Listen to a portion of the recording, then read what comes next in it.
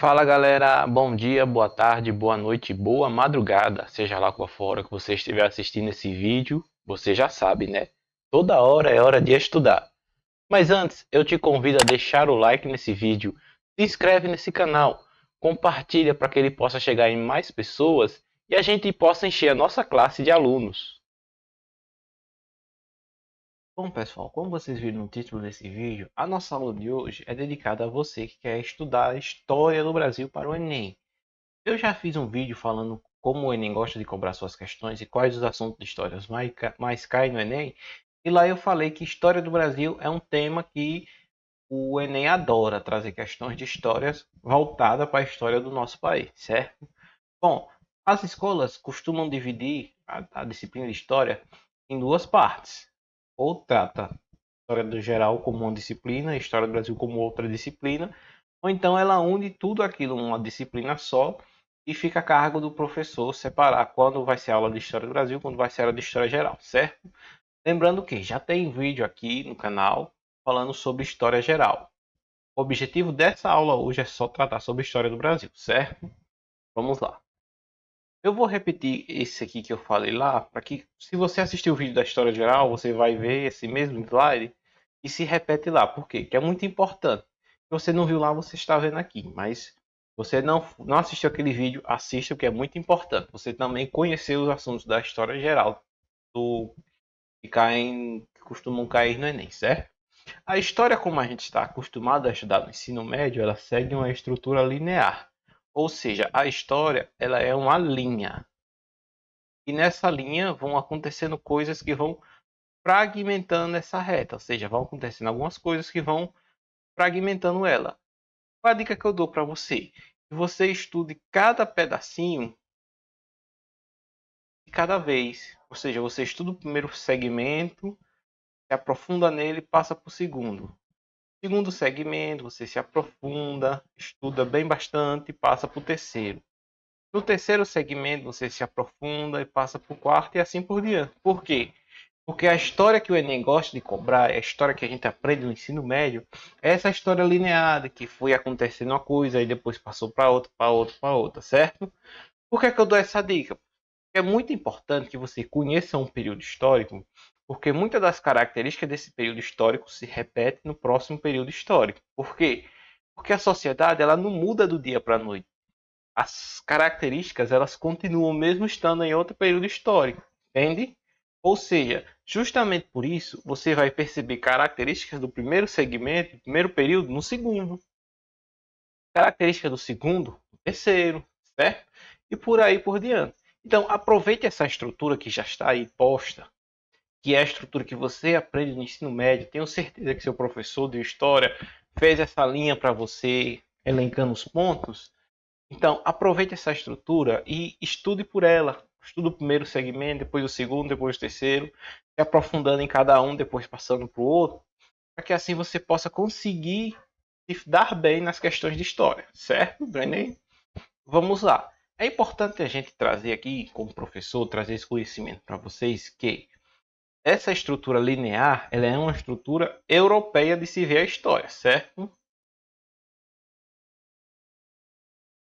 Existiram outras sociedades, outras civilizações que tinham outras formas de se enxergar a história. Um exemplo delas são os maias. Os maias foram sociedades muito evoluídas que viveram ali onde hoje a gente chama de América Central, né? E eles deixaram uma cultura, uma herança cultural, uma herança científica muito forte, entendeu? Os maias construíram pirâmides, eles fizeram avanços significativos na agricultura, certo? E os maias, eles enxergavam a história como um ciclo, ou seja, um ciclo se fecha para outro começar.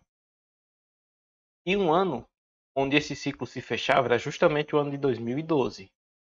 O ano de 2012, se você não viveu, você não viu, não viveu, não lembra, dá uma pesquisada, mas era um ano entendido como o ano do fim do mundo, porque o calendário dos maias previa o fim do mundo, entendeu? E coisa e tal, e certas coisas, quando na verdade não.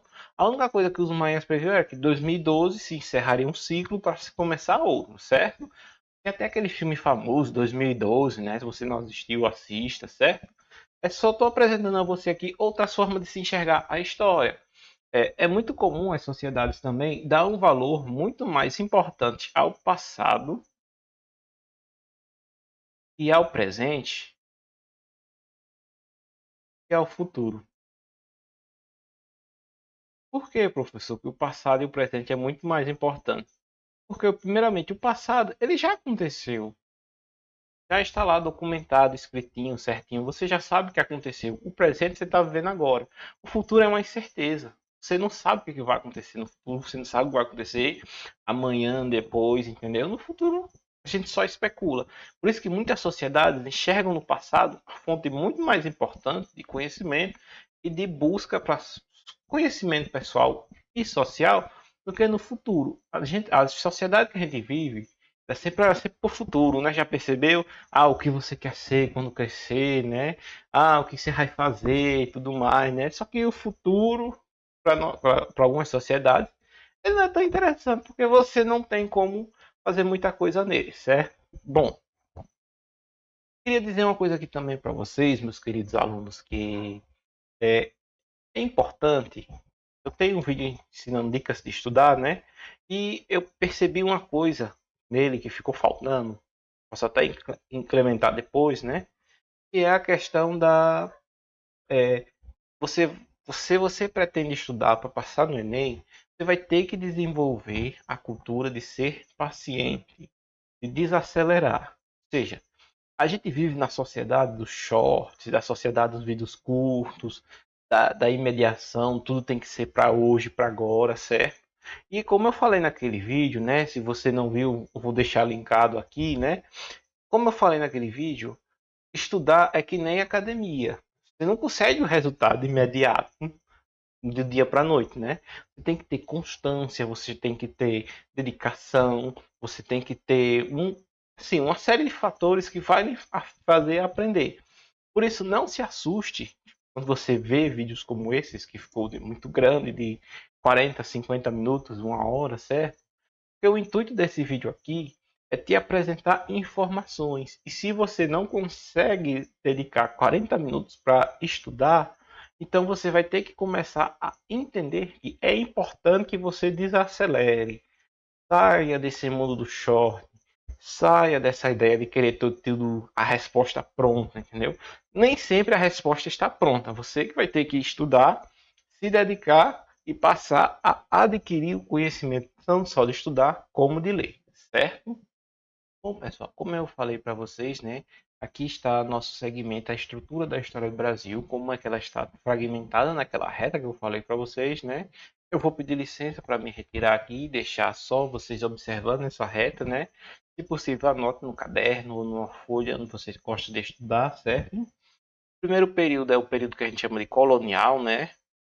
O segundo período é o Império. O terceiro período é aquele que a gente chama de Primeira República. Quarto período é a Era Vargas. Quinto período então, é a República Populista. O sexto período é a ditadura militar. E o sétimo período é a redemocratização, né? Que é o período que vai de 1988, que é quando sai a atual Constituição, né? Até os dias atuais, certo?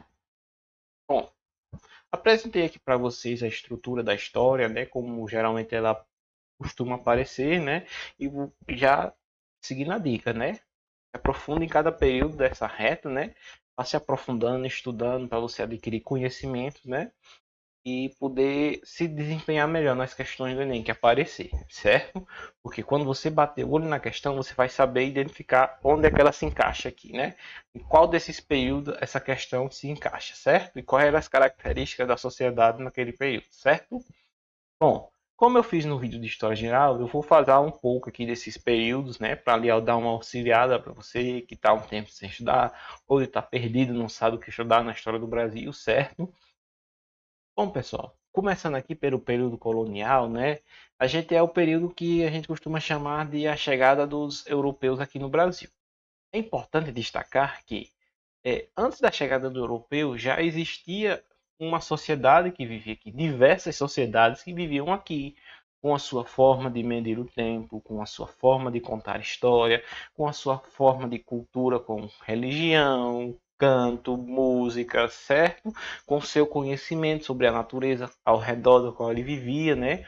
Que hoje a gente costuma chamar de indígenas. Só que antes eram sociedades onde cada uma tinha seu nome, cada uma se reconhecia como cada uma, né? Não existia uma unidade, né? Deles se enxergarem como um só, entende? É por isso que é um erro você chegar aqui e dizer que era Brasil colônia. Por quê? Porque essa ideia de Brasil, ela não existe ainda aqui nesse período, certo? Por quê? Porque o europeu que veio para cá, ele não se identificava como brasileiro, ele se identificava como europeu, como português, francês, certo? Essas diversas sociedades indígenas que aqui viviam, elas não se identificavam com uma só. Os negros que vêm escravizados da África, eles também não se identificam como um só, certo? Por isso que não existe essa ideia de Brasil, não existe essa unidade. O que você tem aqui é um caldeirão de diversos povos convivendo, certo? E o que é que vai marcar esse período colonial? Não se esqueça, é a chegada dos europeus ao Brasil. Mas lembre-se que antes deles chegarem aqui já existia história, certo? Desses povos que aqui viviam.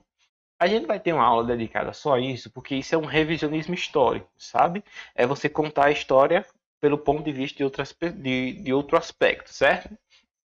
Bom, esses europeus que chegam aqui, eles vão enviar os padres jesuítas. Os jesuítas, eles eram uma parte da Igreja Católica responsável por catequizar esses índios, certo? O objetivo dos jesuítas era catequizar os índios para quê? Para facilitar a colonização de Portugal sobre essas terras que aqui que eles consideravam deles, certo? E entendam uma coisa, essa relação de colônia com a metrópole, a colônia é aquela que vai servir toda a riqueza para a metrópole, certo? Então, tudo que tinha de valor aqui tinha que ir para Portugal. Tudo que tinha de valor aqui tinha que ficar na mão dos portugueses, certo? Por isso que eles vão implantar o sistema das capitanias hereditárias. Por quê? Era uma forma de se explorar essas terras que estavam aqui na América do Sul, certo? A gente consegue ver aqui, né, o sistema das capitanias hereditárias, né? Vai ser um completo fracasso. Por quê? Porque as pessoas que recebiam essas capitanias hereditárias, elas mal vinham aqui para colonizar, para explorar essas terras, né? As únicas que vão dar certo, de fato, é Pernambuco aqui, ó. Ela é que vai ter mais êxito, né? Porque de fato aqui vai ter um investimento aqui. O capitão donatário ele vai vir ocupar essas terras e a da Bahia, certo? Mas Pernambuco ela de fato é a que mais vai se consolidar, ela que mais vai ser forte, e é ela que vai ser nesse período colonial, ela que é o centro econômico aqui dessa região, certo? Por quê? Porque quando eles vieram para cá, eles perceberam que nessas terras dava para se plantar cana-de-açúcar,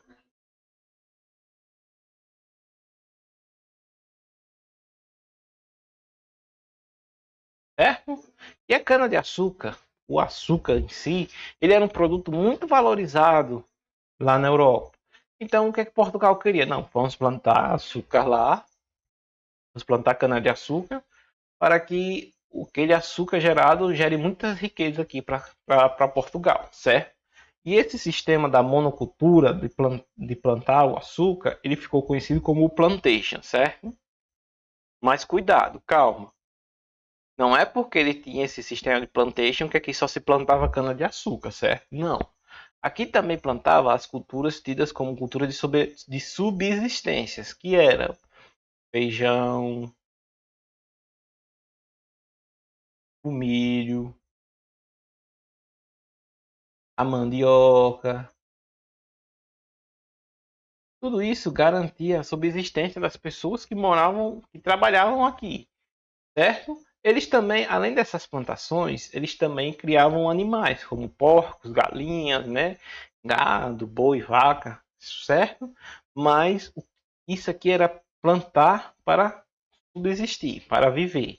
Porque a cana-de-açúcar era plantar para transformar aquilo em açúcar e ser vendido por Portugal, né, para os outros países europeus, né, e assim Portugal obter as riquezas que ele tanto queria, certo? É por causa desse sistema de plantation que Portugal vai trazer os primeiros africanos escravizados para essas terras, certo? Esses africanos escravizados, eles vêm para cá para trabalhar nessas lavouras de cana-de-açúcar, certo? Só que, entendam uma coisa, eles não eram como os indígenas que viviam aqui, né, os povos originais, eles também tinham diversas nações, lá na África, né, ele tinha uma identidade lá africana, que não era uma identidade africana, ele era uma identidade dos, daquele povo que ele pertencia, certo? Então, muito cuidado com tentar entender esse período como Brasil. Entender esse período como Brasil é um erro, certo? Porque aqui essas populações elas estão muito misturadas, certo? E não se esquecendo do domínio europeu aqui. Por quê? Porque tentou se transformar primeiramente esse indígena escravo e não se conseguiu, muito porque os jesuítas não permitiram, porque enxergavam nos indígenas irmãos, né? Porque eles chamavam eles de gentis, né? Por favor, não use essas palavras. Não use essas palavras numa possível redação do Enem, né, que gosta de cobrar esses temas sociais, né? Evite chamar os povos originários, os indígenas de tribo, de gentil, de inocente, certo? Porque eles não eram nada disso, tá? Eles eram sociedades com pensamento, com, com estudo, sabe? Eles tinham a cultura deles, mas da forma como a história foi contada para nós, é como se eles fossem os gentis, os burros, os ignorantes, certo? Mas não se esqueça que eles não eram, sabe? Eles tinham a inteligência deles e eles eram muito inteligentes para entender a região que eles viviam, conhecia a natureza e viviam numa relação mútua ali com a natureza, sem ser aquela relação exploratória que os portugueses, quando vêm para cá, tenta exercer para conseguir mais riqueza, certo? O segundo período que a gente trata lá na nossa retinha, né, é o chamado de Brasil Império. Aqui sim você já pode estar chamando de Brasil, porque aqui já existe uma ideia de povo, de nação, certo? Mas só que você tem que entender que o período imperial, ele continua prevalecendo muito das características quando isso aqui ainda pertencia a Portugal, do que como ele mudou na sua independência, certo? Por que você diz isso, professor? Porque o Brasil continuou escravista, o Brasil continuou no sistema da monocultura, só que aqui você já vai ter a queda do açúcar e a ascensão do café, certo? É aqui que o café vai se tornar protagonista na economia brasileira, mas continua se produzindo açúcar, plantando-se plantando-se milho, feijão, criando os animais, certo? E é aqui que a gente vai acontecer duas coisas que o Enem recorrentemente costuma cobrar. Que são as duas guerras que o Brasil vai se envolver nesse período. Essas duas guerras são contra as nações aqui da América do Sul mesmo, certo? A primeira guerra, que é a Guerra da Cisplatina, ela é realizada por Dom Pedro I, que está aqui, ó, que eu estou circulando. Se você não conhece, você está conhecendo agora, né? Esse aqui é Dom Pedro I, o primeiro imperador do Brasil. E ele é quem vai promover essa Guerra da Cisplatina. Ou seja, ele vai guerrear para garantir que o território que hoje a gente conhece como Uruguai, ele continuasse pertencendo ao Brasil, certo? Como a gente sabe que aquele território se chama Uruguai, quer dizer que o Brasil perdeu essa guerra, certo? Mas mais importante do que ela é essa segunda aqui, que é a Guerra do Paraguai. A Guerra do Paraguai, ela já vai ocorrer aqui no reinado de Dom Pedro II, que é esse aqui. Dom Pedro I aqui em cima, e aqui Dom Pedro II aqui embaixo, certo? Aqui a gente tem uma pintura, né, que representa a independência do Brasil, né? Ela foi pintada por um francês e mostra ali Dom Pedro I ao centro, né, comemorando com a população que existia aqui a independência do Brasil com Portugal. Só que Dom Pedro I ele era português, certo? Ele nasceu, se criou-se até sua juventude em Portugal.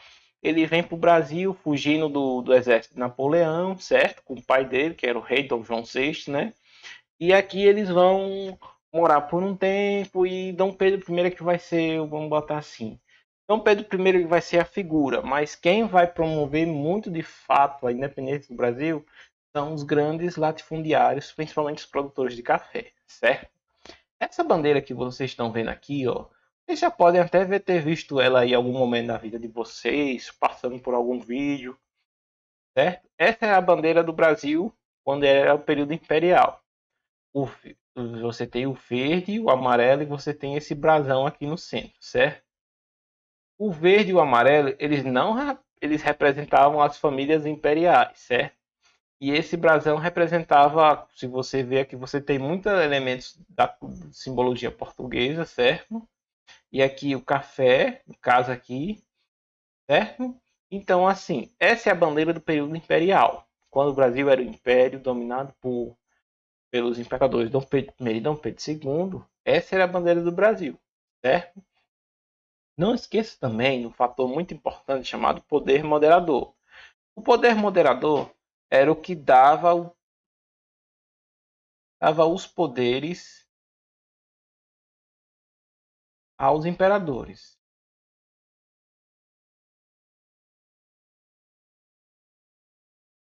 Por quê? Porque com o poder moderador, tanto Dom Pedro I como Dom Pedro II podiam mudar a regra, mudar o resultado das eleições, certo? Colocar quem eles quisessem no judiciário, podiam mudar o julgamento de uma determinada pessoa que foi julgada culpada, eles podiam lá e mudar, certo? Dava plenos poderes para eles praticamente fazer o que eles quisessem com o Brasil, certo? Eles mandavam e desmandavam, seguindo. Por quê? Porque eles tinham esse poder imperador, o poder moderador. Quer dizer, o nosso próximo período aqui, o nosso próximo segmento, a nossa reta, é a Primeira República. Depois que a gente tem o golpe militar, que é dado em Dom Pedro II, e ali acaba-se o período imperial e começa a Primeira República no Brasil, né? É que a gente tem essa pintura que representa muito bem isso, né? Essa pintura ela foi feita para representar a chegada da República no Brasil, né? É, você vai ter uma Primeira República que vai ser um período muito importante na nossa história do Brasil. Primeiramente, com a ideia do federalismo, né? Que é aquela ideia de que cada estado ele é independente, né? Os estados aqui ganharam força, o poder se fragmentou. O poder antes estava na mão do imperador, agora ele estava fragmentado, né, entre os estados, né? Cada estado podia, por exemplo, fazer empréstimo com bancos estrangeiros, certo? Eles imprimiam papel moeda sem precisar consultar a União, certo? E dentre outras diversas outras coisas. Quando você vê essa palavra federalismo, se você já assistiu séries ou filmes que representam os Estados Unidos, né? Ah, você costuma ver aquele negócio por falando, ah, tal coisa é lei no estado e não é lei no outro. Por exemplo, a maconha é liberada no estado, mas no outro é proibido, certo? Essa ideia de federalismo vem dos Estados Unidos, ou seja, quando o Brasil virou república, a gente copiou essa característica do, da república lá dos Estados Unidos, certo? Dos estados terem muita independência, ok? É aqui que você vai ter o surgimento do coronelismo, né? A figura dos coronéis, que está muito atrelada à figura dos cangaceiros, certo? Você vai ter a chamada política do café com leite, que é quando aqui, ó, São Paulo e Minas Gerais, eles vão ter o controle do poder nacional, certo? Que é chamada de política do café com leite. Mas você já assistiu naquele meu vidinho já, que eu vou deixar aí no final, né? Na playlist, sobre a Primeira República, né? Naquele vídeo que o Enem mais gosta de cobrar, certo? Esse nome é um nome mais poético, ele é um nome mais comercial, certo? Porque Minas Gerais ele se destacava na produção de café e não de leite, certo? Minas e São Paulo eram grandes produtores de café, que era o principal produto de exportação do Brasil, certo? É nesse período da República que a gente tem é formada a nossa atual bandeira, certo? A gente apaga aquela bandeira lá, apaga, mantendo ainda alguns elementos dela, né? Principalmente verde e amarelo, né? Que era a bandeira do Império e passa a ter essa bandeira aqui da República, certo? O voto de cabresto, né? Que era as pessoas, o voto já era censitário, né? Não era todo mundo que podia votar. E era um período onde tinha muita fraude eleitoral, porque a gente pode ver nessa chart aqui, né? Ó, um coronel com sua arma, né, obrigando a mulher a votar em quem ele queria, certo? É um período onde o Brasil já vai começar a ter suas primeiras movimentação do campo para a área urbana, certo? E é nesse período aqui que o Brasil vira um estado laico. Como assim, professor? O estado laico. O estado laico é aquele estado que não tem religião oficial, ou seja, o Brasil ele não tem religião oficial, isso é até hoje, né? Isso começou na Primeira República, isso vem até hoje. E você pode ter o seu livre credo e acreditar naquela religião que você mais se sente tocado, certo? Você pode ser cristão, você pode ser acreditar no candomblé, na Umbanda, sabe? Você pode ser judeu. O Brasil não tem religião, certo? E essa ideia de Estado laico, ela vai ser incorporada aqui na República. Por quê? Porque no período imperial o Brasil tinha uma religião sim, o Brasil era católico. Você não podia manifestar outra religião sem ser a cristã católica no Brasil, porque você podia correr risco de perseguição, certo? Essas são as características da Primeira República. A gente vai trazer vídeos para aprofundar ela. E se você já quiser ir buscando aí, procurando na internet para estudar, é nessas características que eu quero que você dê uma ênfase, certo? Agora a gente vai falar um pouco sobre a Era Vargas, né? Que é o nosso próximo segmento aqui da nossa reta, né? Vargas, ele é a figura mais presente no Enem. Aqui é uma foto dele, né?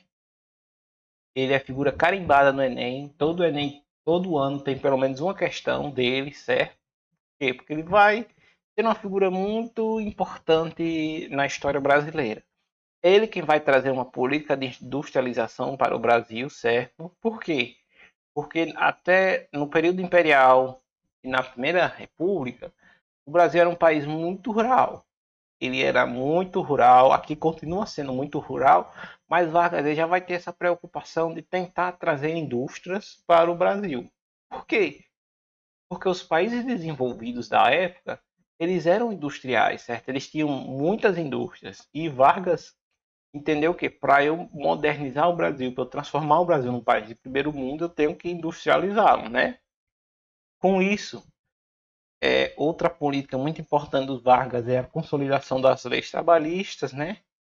Que vai instituir aquela questão das folga remunerada, das férias de 30 dias, né?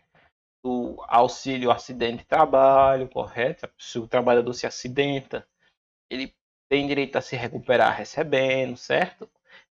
A CLT, que é como a gente vê aqui, ó, nessa imagem aqui, né? É uma característica muito importante na era Vargas, né? E essa questão da CLT está voltando agora na discussão, né? Se tem que ter CLT, se o trabalhador tem que trabalhar na CLT ou não, se ele tem que ser autônomo, né? Aí uma discussão que a gente vai ter outro vídeo, né? Mas é importante que vocês entendam que as leis trabalhistas elas surgem aqui nesse período com Vargas, né? Não é Vargas que cria porque ele é bonzinho, né? Existe toda uma história de luta dos trabalhadores por trás, né? Mas é aqui onde se consolidado, onde se é essas coisas que os trabalhadores reivindicavam vira lei, certo? Vargas também ele vai enviar soldados para lutar na Segunda Guerra Mundial ao lado dos Estados Unidos, né?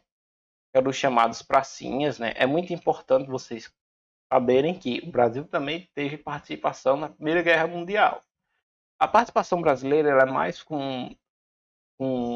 na primeira Guerra Mundial, ela é mais com médicos, enfermeiros para tratar os soldados, né, que estavam doentes, então que tinham se ferido na guerra, né? Mas o Brasil participa da Primeira Guerra Mundial, sim, certo? Mas é na segunda que a participação do Brasil ela é mais conhecida nos dias atuais, né? É o chamado os pracinhas. Os pracinhas foram os soldados mandados para lutar contra a Alemanha de Hitler, certo? E eles adotavam, era costurado esse emblema aqui, ó, a farda deles, né? Era uma coisa, um ditado muito, muito comum no Brasil, que hoje eu vejo pouco se falando, né? Mas na época era um ditado muito comum, que era a cobra vai fumar.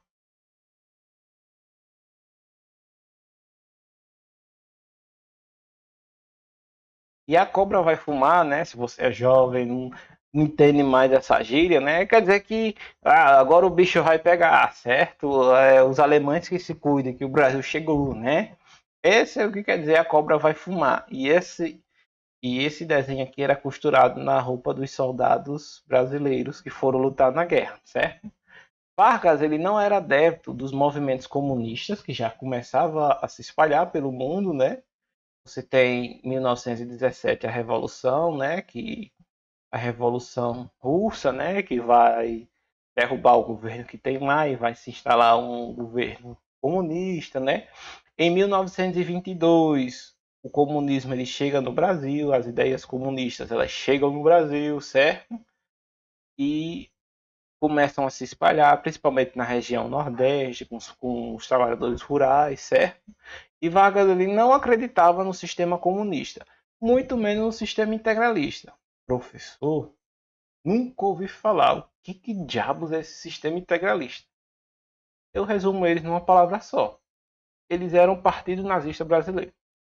Eram pessoas, eram brasileiros que compactuavam com as ideias de Hitler e que viviam aqui no Brasil, certo? Se vocês querem uma dica muito importante, assistam um documentário chamado Menino 23 ou Menino 23. Esse documentário aqui, ele é um documentário, ele é chocante, ele é forte, né? Mas ele é um documentário muito bom para vocês entenderem justamente o que era esse integralismo aqui no Brasil, para vocês entenderem que eram pessoas que compactuavam com as ideias do Hitler e queriam implantá-las aqui no Brasil, certo? Essas são algumas características, né, da era Vargas, tem muito mais, né? Mas essas são as coisas que eu quero que você dê uma priorizada quando você for estudar, né? Para você se aprofundar nessas questões aqui. E possa ser que o Enem traga, né? Na sua prova, e aí você já está preparado.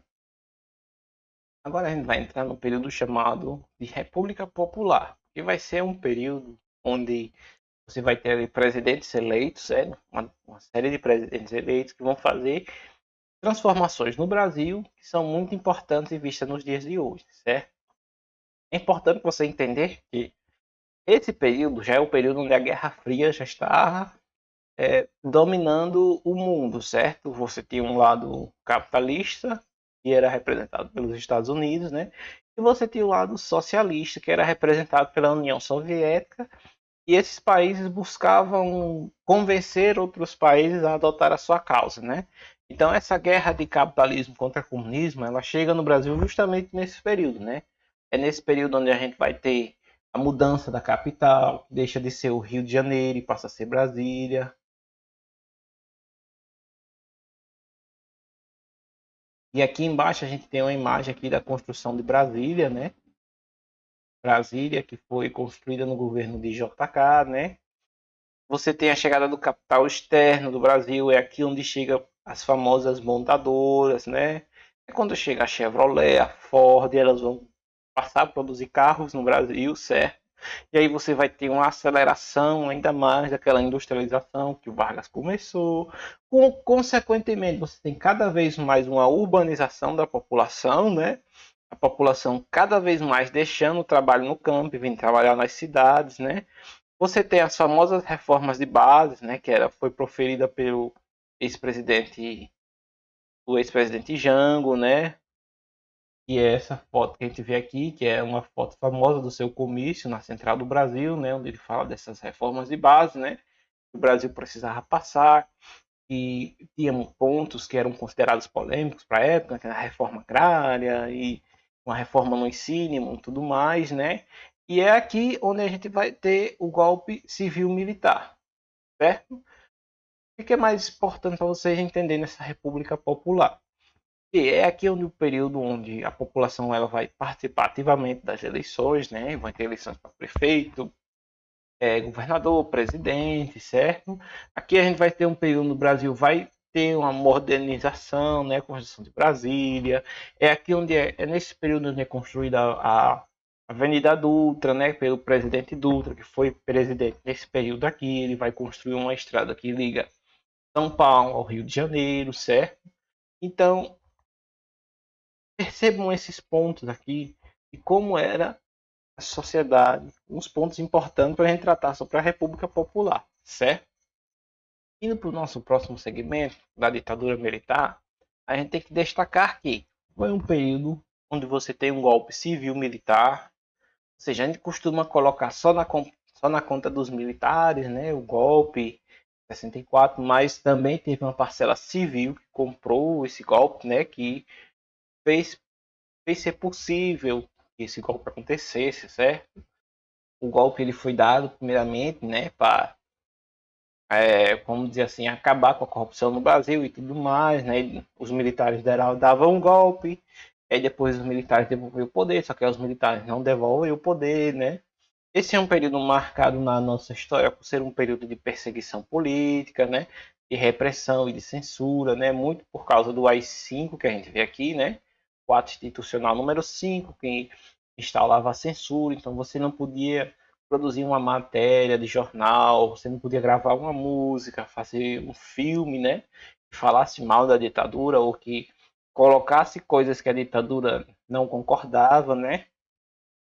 E aí você podia ser caçado, torturado, né? É o período do a gente vai ter dessa ideia de milagre econômico, né? Que aqui a gente sempre destaca entre aspas, né? Porque esse milagre econômico ele não aconteceu para todo mundo, foi para uma classe específica, né? E a população, o povão, nunca viu de fato as maravilhas desse milagre econômico, né? Em concorrência, esse milagre econômico ele vai ocorrer justamente com os anos de chumbo, né?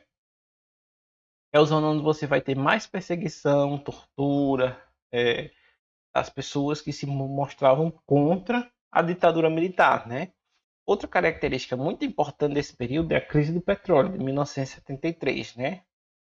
Que vai fazer com que o Brasil fique sem petróleo, porque naquele período a gente comprava muito dos países árabes, né?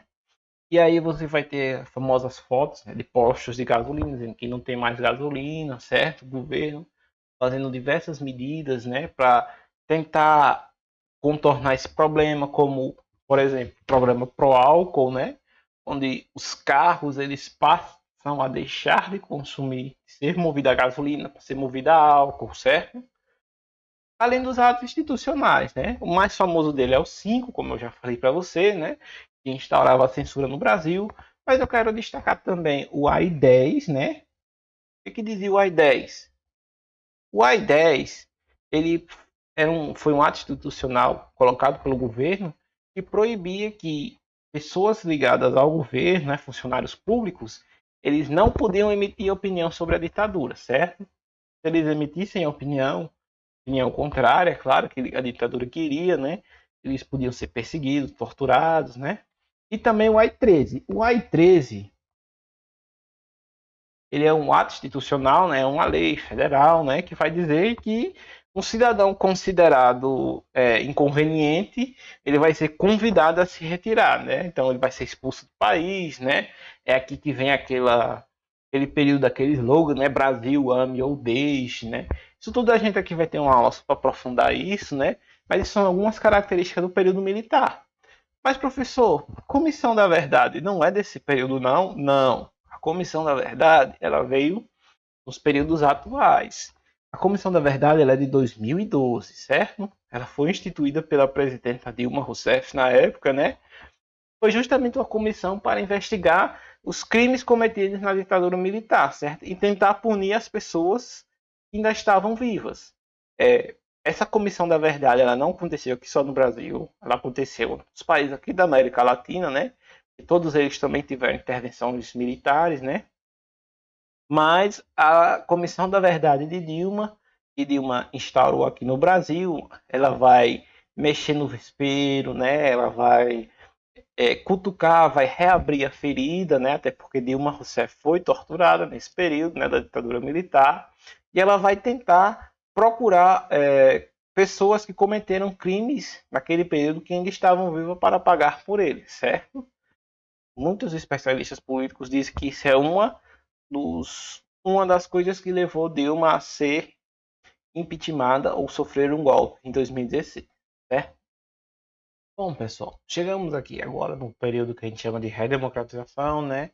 é o período que vai da Constituição de 1988 até os tempos atuais, né?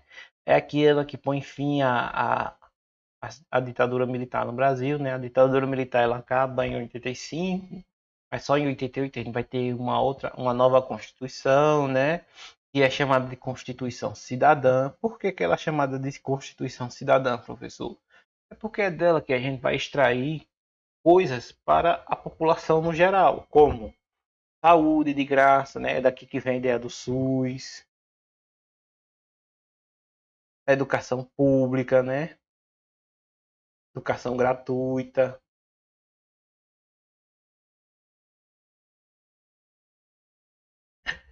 São as coisas assim que dão muito direito à população, INSS, vem tudo nessa Constituição Cidadã, certo? É muito importante também a gente retratar aqui o período da eleição de 89, né? Essa eleição de 89 ela veio um ano depois da Constituição, né? E ela é muito importante porque vai ter esses dois candidatos aqui, né? A eleição. Aqui você tem o Lula, né? Aqui o Collor. Duas figuras muito importantes aqui na história do Brasil, certo? Quem vai sair vencedor dessa eleição é o Collor, né? E o Collor, né, que vai trazer para o Brasil essa ideia de neoliberalismo, né? Ou seja, do Estado cada vez mínimo, né? Porque aqui você é um período onde você tem muitas empresas estatais, empresas que pertencem ao Estado, né? Quem constrói muitas estatais é o Vargas, né? O Vargas ele vai criar muitas estatais, dentre elas a Petrobras, né? Que é a empresa que vai trabalhar na extração do petróleo, né? Nos territórios nacionais, né? E muitas outras, existiam muitas outras estatais, né? Você tinha bancos estatais, né? Você tinha empresas telefônicas que eram estatais, você tinha empresas aéreas que eram estatais, certo? Elas começam a ser vendidas por capital privado, certo? Que é a chamada era das privatizações. Por quê? Porque o neoliberalismo era algo que já estava acontecendo no resto do mundo. Mas que no Brasil ele vai chegar só em 90, né? Que é quando o Collor chega no poder, certo? É o período onde você vai ter os diversos planos econômicos, né? Que você vai ver aí, né? Que a gente vai estudar também, né? Que é plano cruzado novo, plano Bresser, plano verão 2, vai ter um monte de plano. É o período onde o Brasil vai ter um monte de moeda, cruzeiro, cruzado, cruzado novo. E é aqui que a gente vai ter a moeda que a gente tem hoje, né? Que é em 94, né? Que é o real. Aqui a gente tem a figura do Fernando Henrique Cardoso, né? Que foi o idealizador do Plano Real, né? Que vai entrar em vigor em 94, né?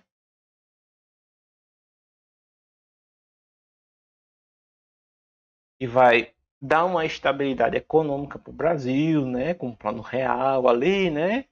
E você tem questões que são mais que pertencem mais aos tempos mais atuais, né? Como questões para discutir a ideia da questão do negro no Brasil, figura da mulher, figura do indígena, sabe? Que são questões que têm a ver com a história, mas também tem a ver com atualidades, né? Com muita sociologia, com muita filosofia, certo? Então, esse período da redemocratização ele é muito importante, né? E eu indico para você que conheça o Brasil dos anos 80 e 90, né? O Brasil dos anos 80 e 90 é desse aqui que quando o Enem gosta de cobrar questões sobre esse período, né? É desse período aqui que ele vai tirar essas questões, né? Da período da redemocratização, certo? Espero que vocês tenham curtido essa aula e aproveitado essas super dicas que eu passei para vocês. Mais uma vez, eu te convido a se inscrever nesse canal, deixe seu like e compartilhe ele para que ele possa chegar em mais pessoas e a gente possa encher a nossa classe de alunos. Muito obrigado!